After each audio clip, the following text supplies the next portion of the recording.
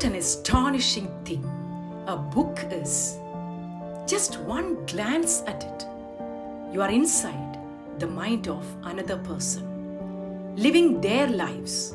And just like a friend, it is speaking silently, clearly, and directly to you.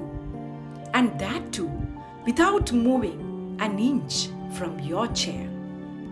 Reading is one of the greatest pleasures of life. Why? Books serve you a delicious dish, which is nothing but the realities of life with a coloring of imagination. And you feel this is life. It smells life. When the Lilliputian monster COVID-19 frightens us, when life is standstill, when you cannot concentrate on your work and studies, I can give you a small tip to keep your spirits high. Start reading short stories, novels, poems, one-act plays, travelogues, biographies, autobiographies, or anything that comes your way. When you put your heart and soul into it, that makes a huge difference. Remember, you are what you read.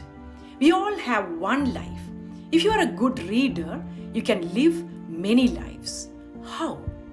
We all belong to Malabar region and we can never completely grasp the culture, tradition and the local flavor of the language of the people of Kuttanad.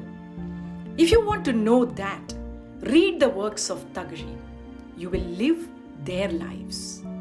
If you want to live the life of common men in Russia during the Tsar period, you must read Tolstoy or Dostoevsky.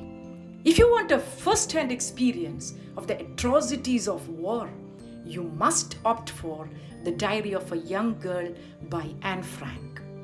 When you read the stories of Vaikom Muhammad Bashir, you will meet a person in your neighborhood itself.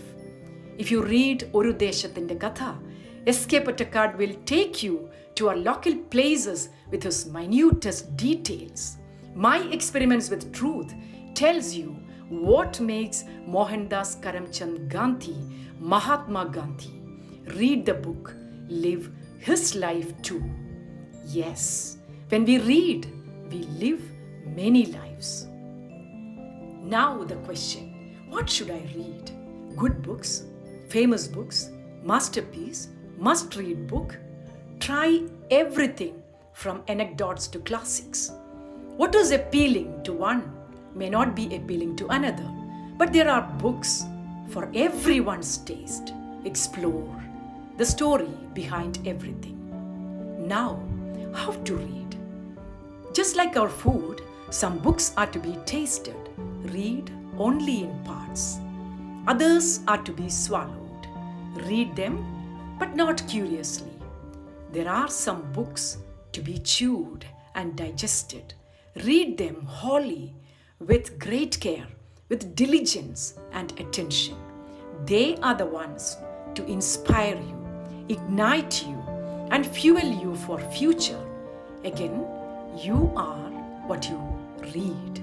Here is the most interesting question: when to read? Reading is a never-ending process, my dears. 24/7, you are reading. Reading things, reading people, reading situations. As the older generation laments, reading is dying. Let us develop a new kind of reading.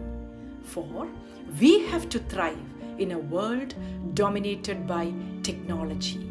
When you are in the lap of nature, enjoy the scenic beauty, scribble a few words, feel the spark of a poet in you. When you are at a public place, say at a bus stop, a mall, or a street, watch people, their costumes, body language, and their talks.